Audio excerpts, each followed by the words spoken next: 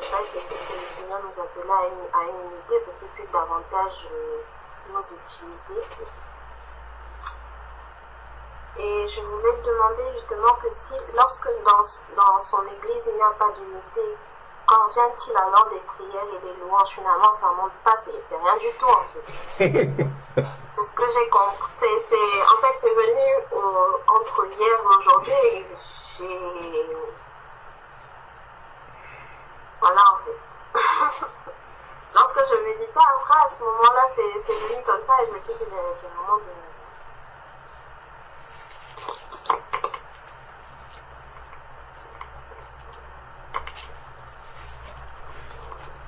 Qu'est-ce que le Seigneur dit dans Matthieu ?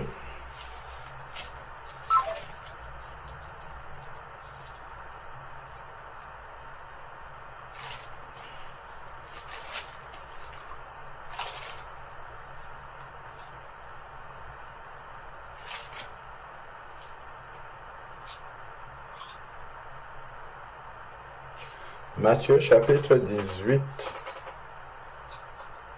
verset 19.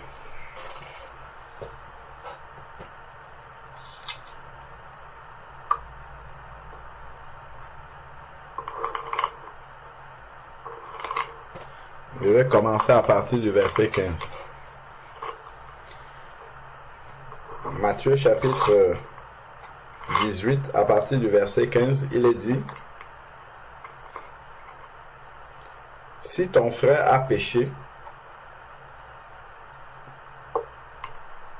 va et reprends-le seul à seul. S'il t'écoute, tu as gagné ton frère. Mais s'il ne t'écoute pas, prends avec toi une ou deux personnes, afin que toute l'affaire se règle sur la parole de 2 ou 3 témoins. S'il refuse de les écouter, dis-le à l'Église. Et s'il refuse d'écouter l'Église, qu'il soit pour toi comme un païen et un péager. En vérité, je vous le dis, tout ce que vous lierez sur la terre sera lié dans le ciel, et tout ce que vous délierez sur la terre sera délié dans le ciel. Donc, voilà la conclusion déjà de cette première partie où il s'agit de ne pas laisser traîner les conflits dans l'Église, de les régler spirituellement. C'est à la suite de ça qu'il dit en vérité. Regarde comment le verset 19 commence. Ça commence en vérité et c'est à la suite de tout ce qu'il a dit.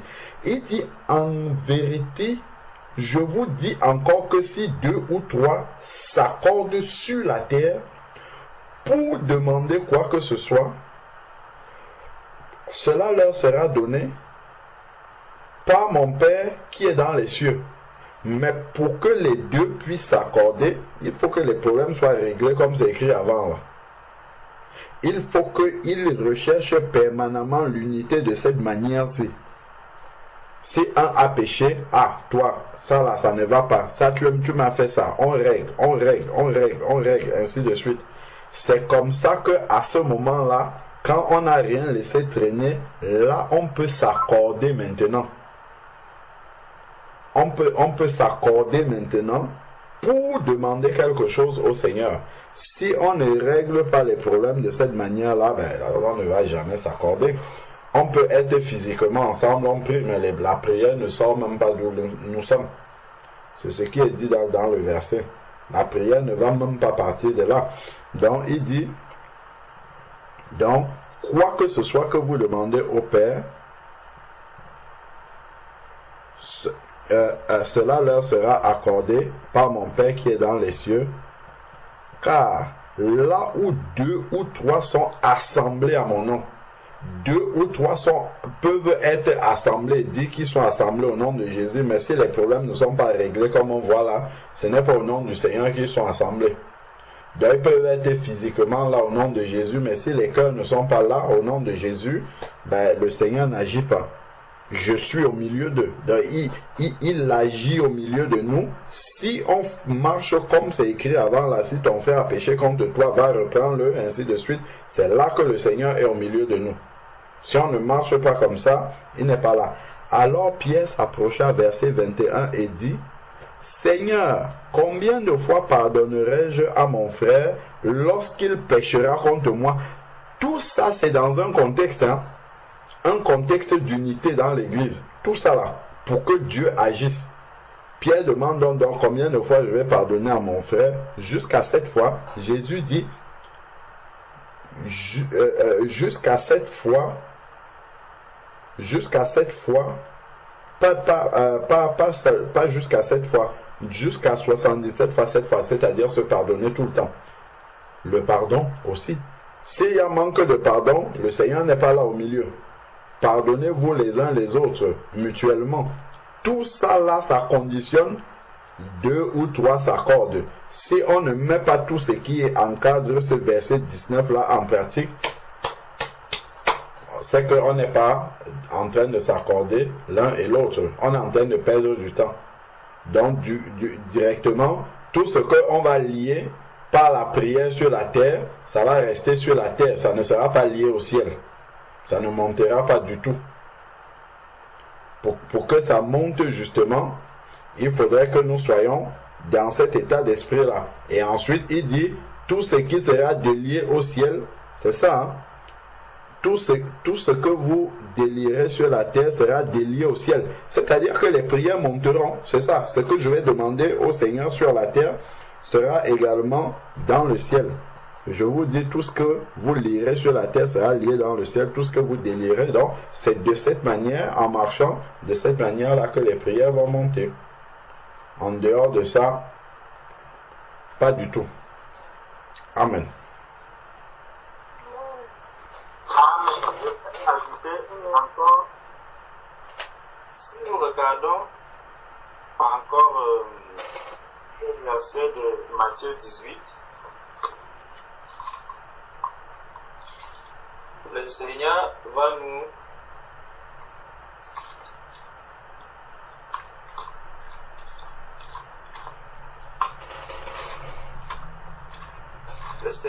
ouvre les yeux sur un point.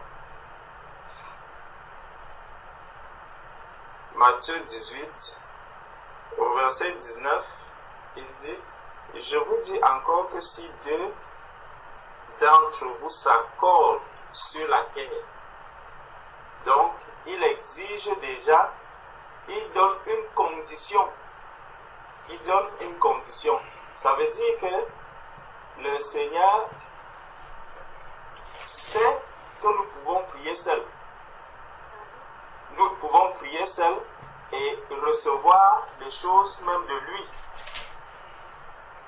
Mais maintenant, il y a une grâce particulière qui est accordée. C'est pour ça qu'on dit souvent que quand on est dans les rassemblés dans la communion fraternelle, même si j'ai prié pour un sujet, il y a une bénédiction particulière que le Seigneur dépose lorsque l'Église est unie dans le même cœur, dans un même esprit.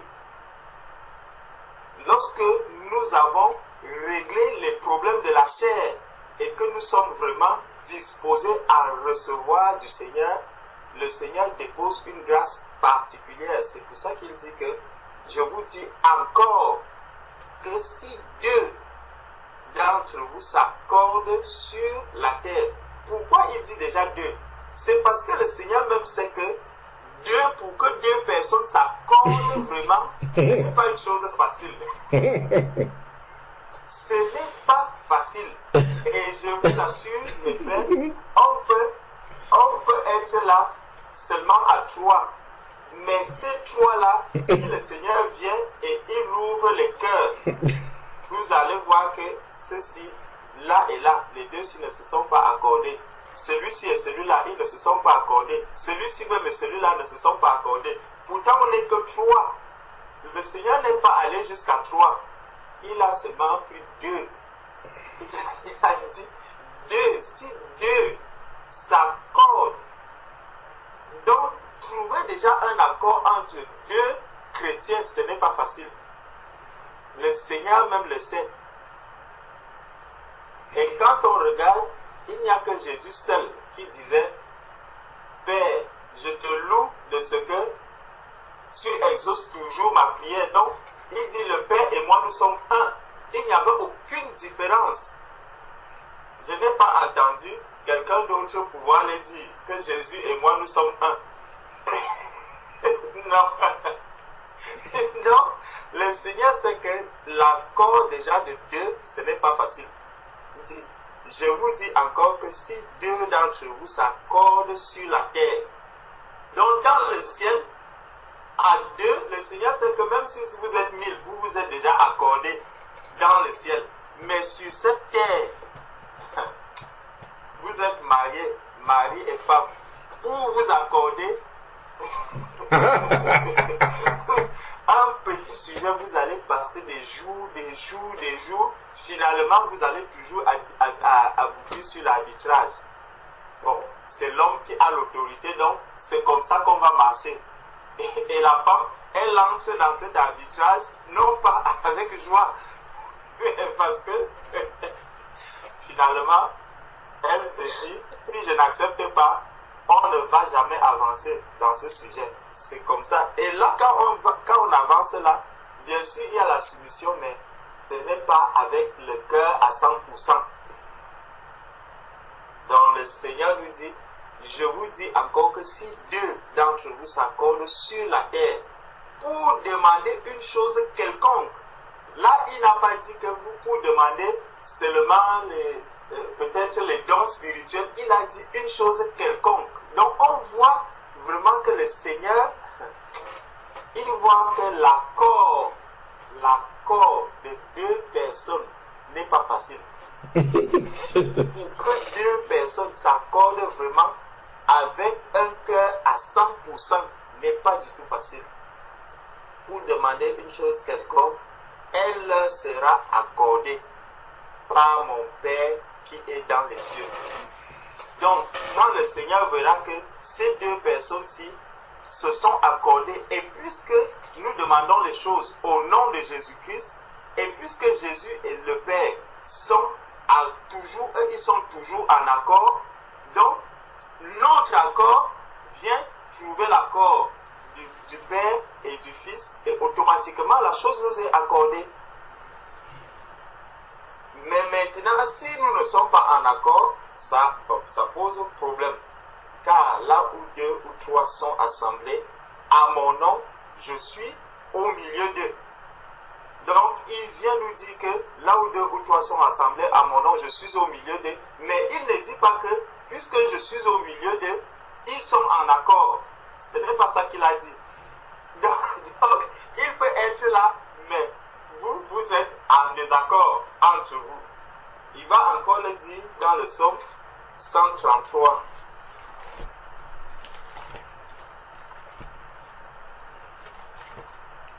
Prenons le psaume 133.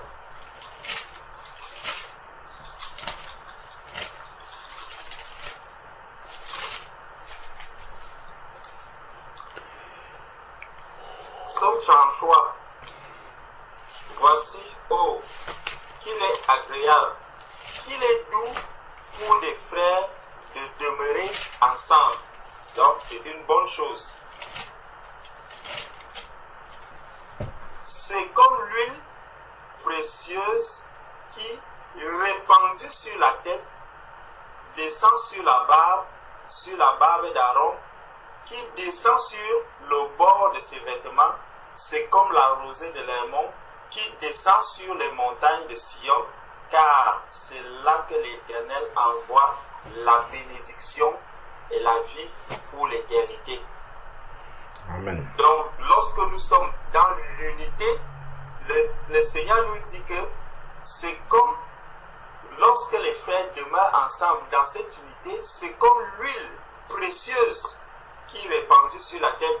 Et quand on regarde un peu quand le Seigneur parle de l'huile, ça me rappelle dans Jacques. Regardons un peu Jacques chapitre dans Jacques chapitre 5, où le Seigneur nous parle de cette huile, parce que ici il dit que c'est comme l'huile qu'on verse, comme l'huile précieuse qui répandue sur la tête descend sur la barbe d'Aaron. Dans Jacques chapitre 5, il y a une mention qui est faite au sujet de l'huile. Et ça vient encore nous montrer vraiment le Seigneur qui dit que là où 2 ou 3 sont assemblés à mon nom, s'ils s'accordent ce qu'ils demanderont à mon nom, je le leur donnerai. Jacques chapitre 5, à partir du verset 13. Quelqu'un parmi vous est-il dans la souffrance? Qu'il prie. Donc quand quelqu'un souffre, tout seul, il va se mettre à prier. Quelqu'un est-il dans la joie? Qu'il chante des cantiques. Donc quand je suis dans la joie, je vais me mettre à chanter. Quelqu'un parmi vous est-il malade? Qu'il appelle les anciens de l'église et que les anciens prient pour lui en loignant d'huile au nom du Seigneur. En loignant d'huile au nom du Seigneur. Donc, quand les gens vont, quand les anciens viendront prier pour le malade en question, s'ils ne sont pas unis dans le même cœur, s'ils n'ont pas cette unité, la guérison sera difficile à arriver. Mais s'il y a l'unité dans les cœurs, s'ils sont unis dans le même cœur, s'ils se sont accordés déjà en disant, bon, là où on va rencontrer un malade, est-ce que vous êtes tous d'accord qu'on prie pour ce malade? Nous sommes tous d'accord. Ok, allons-y donc maintenant, on va prier. Mais dès que l'on commence à dire, ah, vous savez quoi, celui-là même c'est un sorcier, hein. Ce que vous allez faire là n'a pas de sens. C'est fini. C'est fini. Faites tout ce que vous allez faire. Cette guérison-là sera difficile à obtenir. Parce qu'il n'y a pas d'accord. Donc, qu'il appelle les anciens d'église et que les anciens prient pour lui en loignant d'huile au nom du Seigneur. La prière de la foi sauvera le malade et le Seigneur le relèvera. Et s'il a commis des péchés, il lui sera pardonné. Verset 16. Confessez vos péchés les uns aux autres et priez les uns pour les autres afin que vous soyez guéris. La prière fervente du juste a une grande efficacité. Donc, nous voyons que dans l'unité de cœur, dans l'unité, le Seigneur opère des miracles, le Seigneur agit et le Seigneur permet que les choses qui étaient difficiles à accomplir lorsque nous étions seuls, dans la communion fraternelle, dans l'unité de cœur, que les choses faciles, les choses difficiles puissent devenir faciles. Il vient aplanir toutes choses par cette unité dans le cœur. Même dans le monde, on dit l'union fait la force. Lorsque l'Église est unie, lorsque l'Église est ensemble, a la même pensée, lorsque les pensées de l'Église sont tournées en haut, sont tournées constamment vers les choses célestes, forcément l'unité va arriver. Parce que si nous pensons tous à l'enlèvement, si toute l'Église pense à l'enlèvement, forcément la chair n'aura plus de place.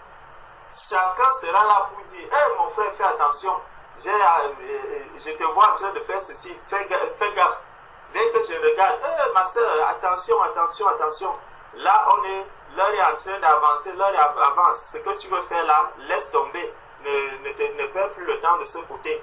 Et là, mon frère ou ma soeur va le prendre avec joie, avec beaucoup d'amour, parce qu'il saura que mon frère avec qui je suis, lui, nous cherchons tous l'éternité. Et nous savons que là-bas, il y a des places pour tout le monde. Donc, je n'ai pas à faire barrière à mon frère ou à ma soeur, mais plutôt, nous devons nous tenir par la main pour arriver tous à la ligne d'arrivée. Donc, c'est vraiment ça qui doit motiver notre marche, c'est ça qui doit nous encourager les uns et les autres. Donc, l'unité dans l'Église est quelque chose de fondamental. C'est quelque chose de primordial pour que l'Église puisse avancer. Tous les dons spirituels dont on parle là, il faut. Et là, l'unité est un signe d'amour, véritablement. Parce que si les bien-aimés, s'il n'y a pas s'il n'y a pas cette unité dans l'Église, c'est pourquoi? C'est parce qu'il n'y a pas la manifestation de l'amour, en fait. Jésus aimait tellement son Père qu'entre son Père et lui, il n'y avait aucune discorde. Il ne pouvait pas avoir il ne pouvait pas manquer d'unité. C'est pour ça qu'ils étaient un, parce qu'il aimait son Père. Donc si j'aime mon frère, je serai vraiment en unité avec lui. Je vais toujours m'accorder avec mon frère. Si j'aime ma soeur, nous allons toujours nous accorder. Si j'aime le Seigneur, je vais toujours m'accorder avec mon Seigneur. Mais si je n'aime pas le Seigneur, et le Seigneur nous dit quoi? Celui qui m'aime, c'est celui qui garde mes commandements. Donc dès que l'affaire du commandement arrive, là, je comprends que ce que Dieu me demande là est aussi trop fort. Pourtant, il dit que mon joug est léger. Donc, je vais refuser d'aimer mon frère parce que quand je verrai que mon frère, quand je donne déjà un sujet de prière, je donne un sujet de prière sur mon mariage, regarde comment lui vient traiter ce sujet de prière. Je vais me dire, je ne vais plus apporter les sujets de prière. Non, mes frères, mais c'est apporter des sujets. Tout ça, c'est l'amour de Dieu, l'amour pour la vérité. C'est par amour pour la vérité parce qu'il faut qu'on arrive tous. Que le diable ne détourne pas l'un de nous en chemin. Non, nous devons tous arriver. Ça, c'est l'amour véritable, l'amour de Dieu. C'est cet amour que nous sommes en train de manifester.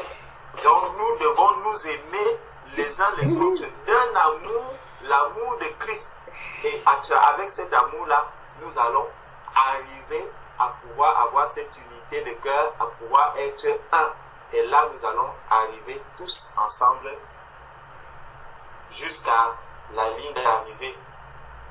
Vraiment que le Seigneur nous donne de pouvoir avoir cette unité de cœur, de pouvoir nous aimer les uns les autres. Parce que si nous nous aimons, il y aura forcément l'unité. Même quand mon frère va m'exhorter, j'accepterai l'exhortation par amour, parce que je sais que ce que mon frère me dit, c'est pour mon bien, c'est pour que je ne reste pas à la traîne, mais pour que j'avance. Donc que nos cœurs soient disposés vraiment à recevoir tout ce que le Seigneur a déposé en chacun de nous. Amen.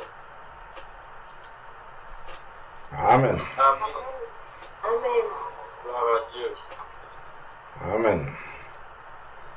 Mon nom de famille signifie d'ailleurs l'union fait la force.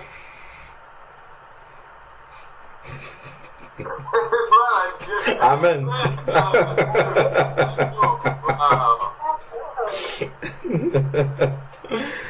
Gloire au Seigneur.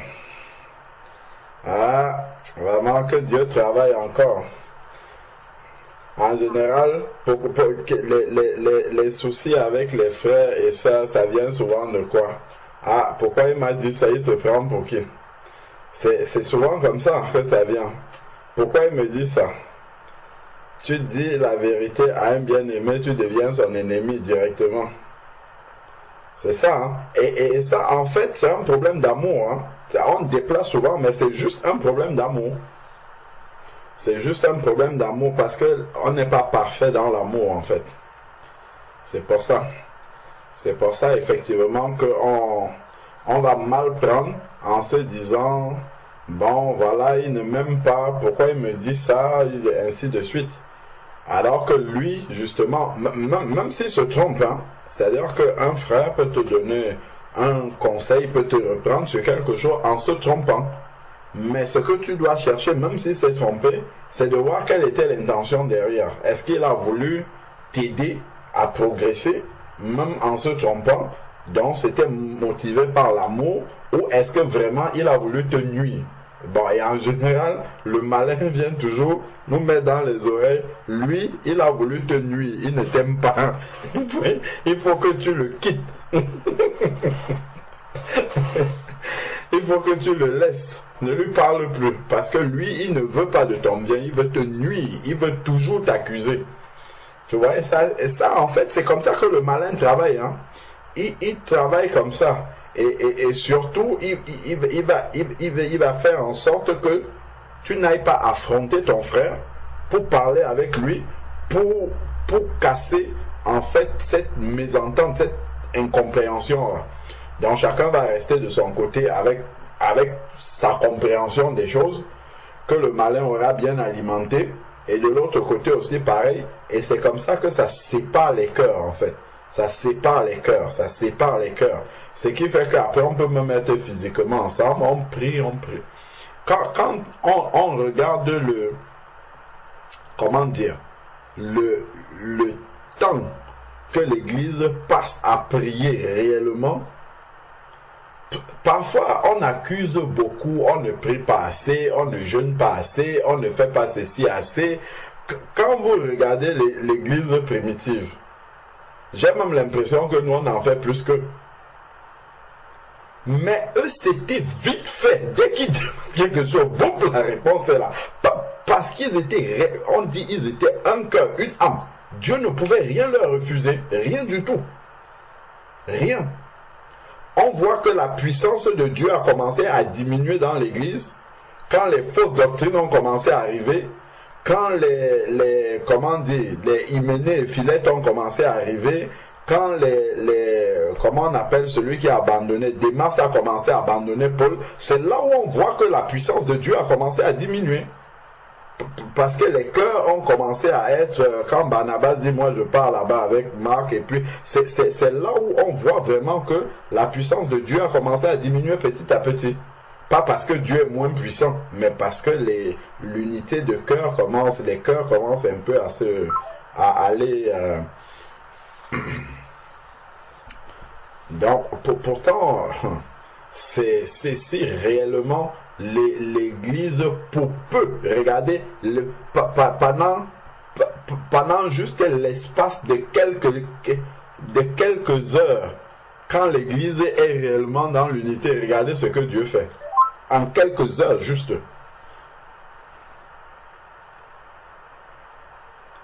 Parce que c'est là vraiment le psaume 133, là il éclaire énormément. On gagnerait tous en fait à être dans une véritable unité spirituelle. Voilà. Parce que en fait l'unité spirituelle n'est pas une unité de façade. C'est pas un club d'amis. Donc si je vois ce qui n'est pas bien, ah ma soeur, ça c'est pas bon, je crois que tu devrais faire comme ça, ah mon frère, toi aussi, pourquoi tu dis comme ça, et ainsi de suite. Tac, tac, on marche comme ça, dans la lumière, dans la vérité, et Dieu ne peut que agir puissamment dans l'église, puissamment. On voit quand le Seigneur venait, que ce soit le baptême dans le Saint-Esprit, il vient et baptise tout le monde. Il n'y a pas, certains sont baptisés dans le Saint-Esprit et d'autres pas, non. Si vous êtes un cœur, si les langues de feu viennent, c'est pour tout le monde. C'est pas pour certains et pas pour d'autres. Parce que justement, Dieu les voyait un aussi. Parce qu'ils étaient vraiment unis.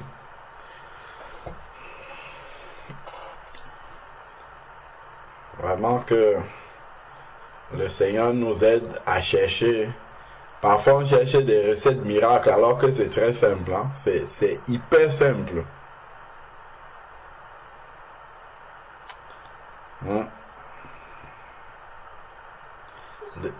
Déjà pour qu'un mari s'accorde avec sa femme, ça là déjà ce n'est pas gagné. Alors que quand le mari s'accorde avec sa femme, au début de la prière, Dieu a déjà répondu. Hein. Juste au début, la réponse est déjà là. Parce que justement, on voit que la main du Seigneur est là, dans l'unité. Mais le malin veut toujours nous séduire et nous faire croire qu'on peut avoir raison seul. On veut avoir l'exclusivité de Dieu seul. C'est-à-dire, moi, la manière dont je fais, j'ai raison seul. C'est moi que Dieu approuve. Et ça fait en sorte que les cœurs ne sont pas purs devant le Seigneur. Et ça, forcément, quand ce n'est pas pur, la bénédiction du Seigneur ne peut pas être, elle ne peut pas être entière, forcément.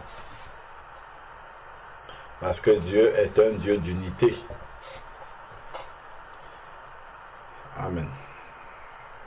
Amen. Amen. Amen. Amen. Amen. C'est quand même un peu violent lorsque tout le monde est préparé et pour une personne, en fait, les sujets des prières des autres, en fait, ça passe pas, ça part pas, c'est rien du tout, en fait. Et ça m'a vraiment profondément touchée quand j'ai vu ça. Là, je me disais, donc je passe des heures pour rien. Mais oui, c'est comme ça. Est-ce que, regarde, je sais pas si c'est dans le livre des Nombres,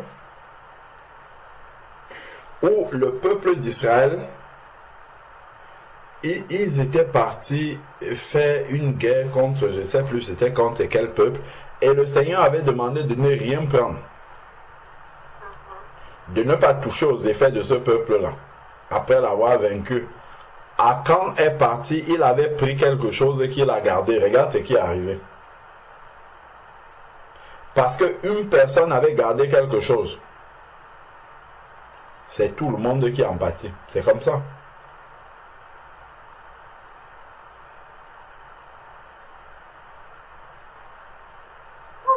Parce que Dieu lui, nous voit un.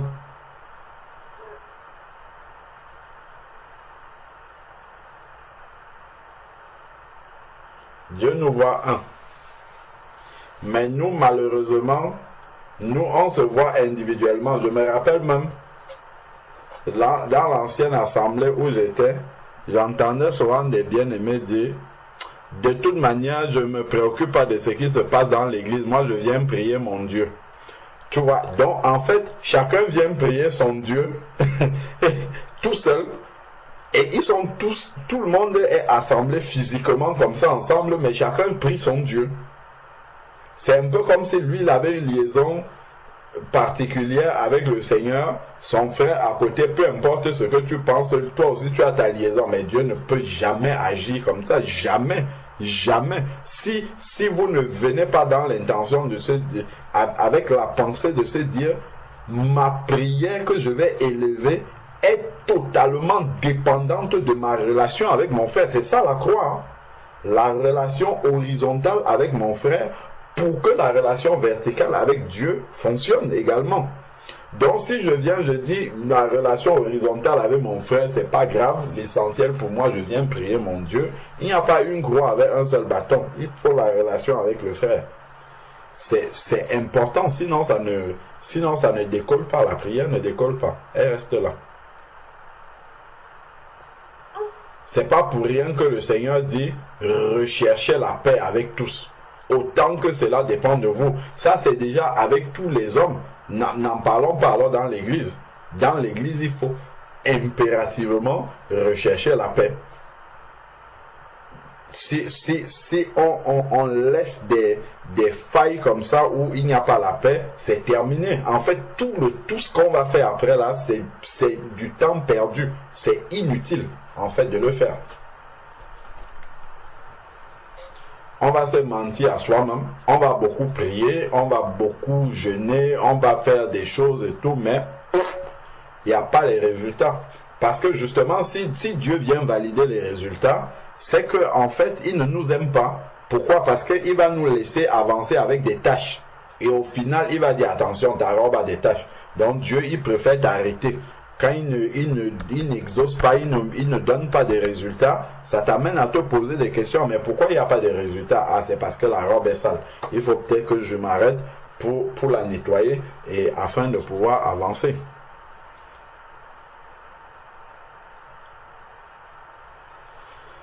Amen. Même à l'unité de l'église, même pour chasser les démons, en fait, aussi, c'est pour ça, ça peut bloquer aussi, non? Tout à fait, parce que quand le Seigneur nous dit que nous sommes le corps, dans 1 Corinthiens 14, regarde un peu ce qui peut se passer. Tu es malade, tu souffres de la dent, comme ma soeur Adèle nous disait tout à l'heure qu'elle souffrait de la dent. Donc quelqu'un souffre de la dent. Est-ce que vraiment cette personne peut être dans une prière vraiment intense? S'il vient que la dent, ce n'est que la dent qui fait mal. Mais est-ce que c'est la dent qui prie? Tu vois, c'est tout le corps qui est affecté. Tout le corps est affecté. Donc, dès qu'un seul membre au milieu de nous est dans la souffrance, c'est ce que le Seigneur nous dit, et que si un seul membre du corps est dans la souffrance, tout le corps aussi va en souffrir. Donc, s'il n'y a pas une unité de cœur, vous pouvez faire tout ce que vous voulez, cela n'ira nulle part. La dent étant malade, tout le corps n'est pas disposé à prier. Regardez bien le jour où, par exemple, tu as des violents, tu as un pied, peut-être tu as eu le panari au doigt.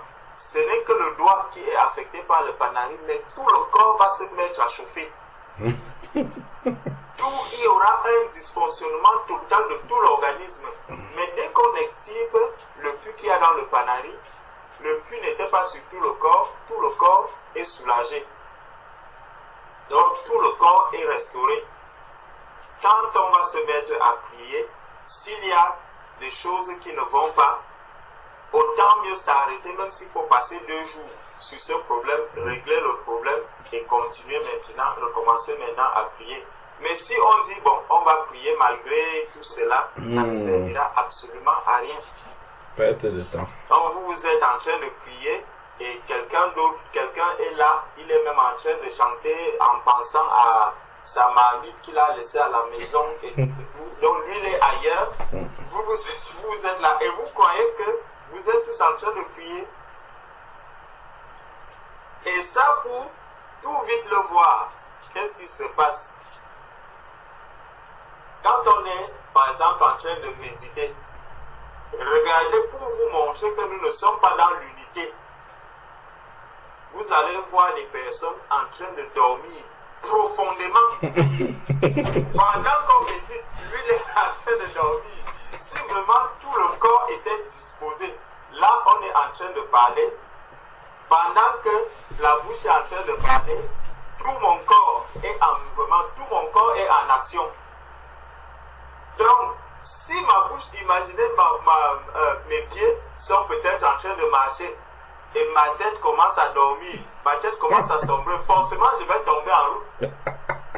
je vais tomber en route. Et ça donc, dans le corps du Christ, si on est en train par exemple de prier, de méditer et qu'on voit des personnes en train de dormir, sachant que l'unité n'est pas là. Il y a des personnes qui sont à côté et qui sont ailleurs. Ça c'est vrai, parce que nous sommes tous un même corps, nous devons tous avancer ensemble. Si nous sommes en train de prier, nous devons tous prier ensemble. Si nous sommes en train de louer, nous devons tous louer ensemble. Si certains sont en train de louer et d'autres en train de dormir, forcément ceux-là ne sont pas dans l'unité avec nous. Donc ça va poser un problème. Et quand on va dire Amen, tu vois quelqu'un qui se réveille aussi. Amen, Amen. Tu dis Amen par rapport donc à quoi? Hein? Tu vois? Donc on n'était pas dans le même esprit, mais il vient valider quelque chose. Si au moins il se disait, on comprend que oui, lui il ne veut même pas rentrer dans la prière qu'on a donnée. Mais maintenant il vient encore dire Amen, je valide. Tu valides donc que tu viens d'abord d'où? Tu n'as suivi ni la prière, ni l'exhortation qui a même été faite. Mais dans le sommeil, tu as entendu des gens dire Amen. Tu te réveilles aussi, tu viens dire Amen. Vous voyez? Et ça fait une voix qui n'était pas déjà dans la préparation, qui vient maintenant s'introduire. Donc, dans tous les bulletins blancs, on voit maintenant un bulletin rouge qui arrive. D'où vient donc ce bulletin rouge? De quelqu'un qui n'était pas avec vous. Pourtant, physiquement, il est là. Donc, tout ça, ça doit beaucoup nous enseigner. Amen. Amen. Amen.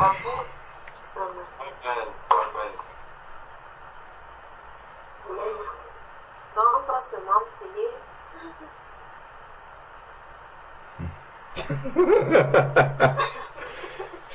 Si chacun peut se poser d'abord la question suivante, quand il va pour une réunion de prière, il se dit, si je ne suis pas bien préparé, dans mon cœur, si mon cœur n'est pas disposé, n'est pas bien comme il faut, en fait les prières ne vont pas monter à cause de moi.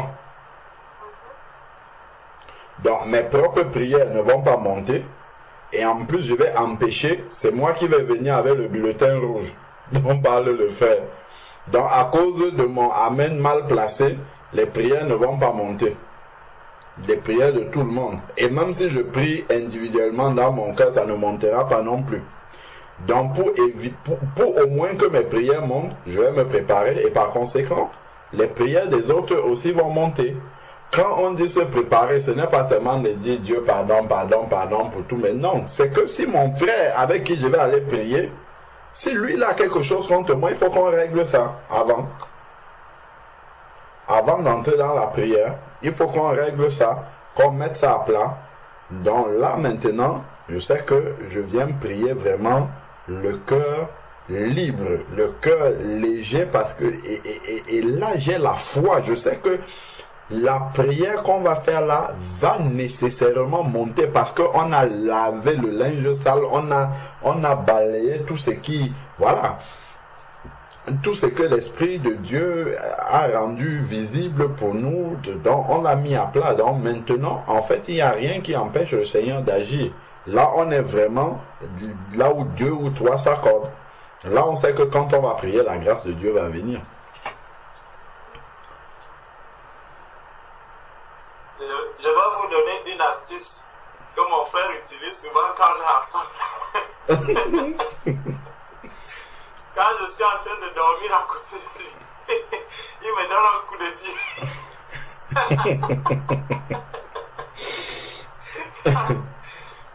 Quand je commence à dormir, il me donne un coup de pied. Et là, directement, je comprends que... je comprends que je dois me réveiller. Donc, asseyez-vous à côté de celui qui est éveillé bien. Et là, par amour, il va toujours... je dis que frère, ne dors pas. Tout à fait. Comment je vais donc donner un coup de pied qui va arriver à Springfield maintenant, ou un coup de pied qui va arriver à Angers, ou un coup de pied qui va arriver à Nantes, un coup de pied qui va arriver à Dakar? Comment je vais faire maintenant? Un coup de pied qui va arriver à Montréal là-bas, un coup de pied qui va arriver au Crépi en Valois, au Blanc-Ménil. Comment je vais faire? Hein? Je ne pourrais pas.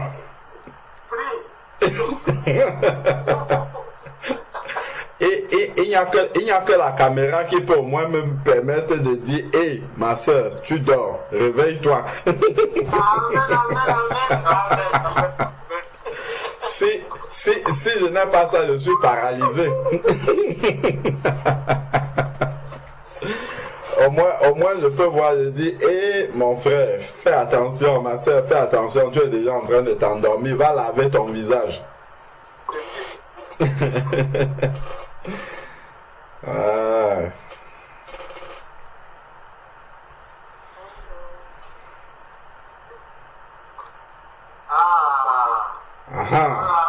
L'unité commence à revenir.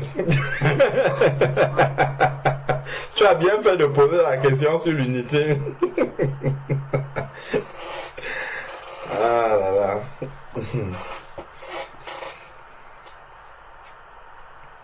J'ai un souci avec la webcam. Quand ils ont réparé l'ordinateur, ils ont enlevé le logiciel, donc du coup ça fonctionne pas du tout.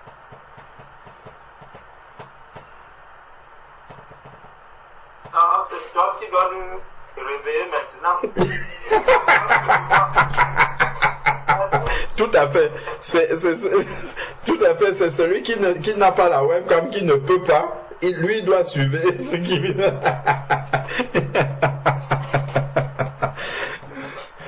Comme ça, en nous surveillant, au moins, on saura que lui ne dort pas.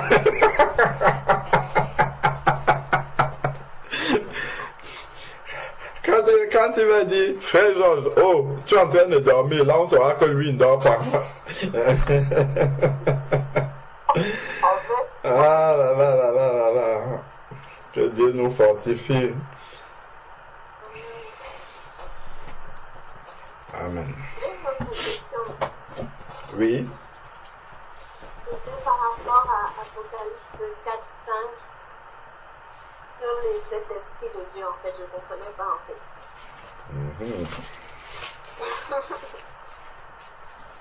Je ne sais pas si vous avez compris ce qu'étaient les 7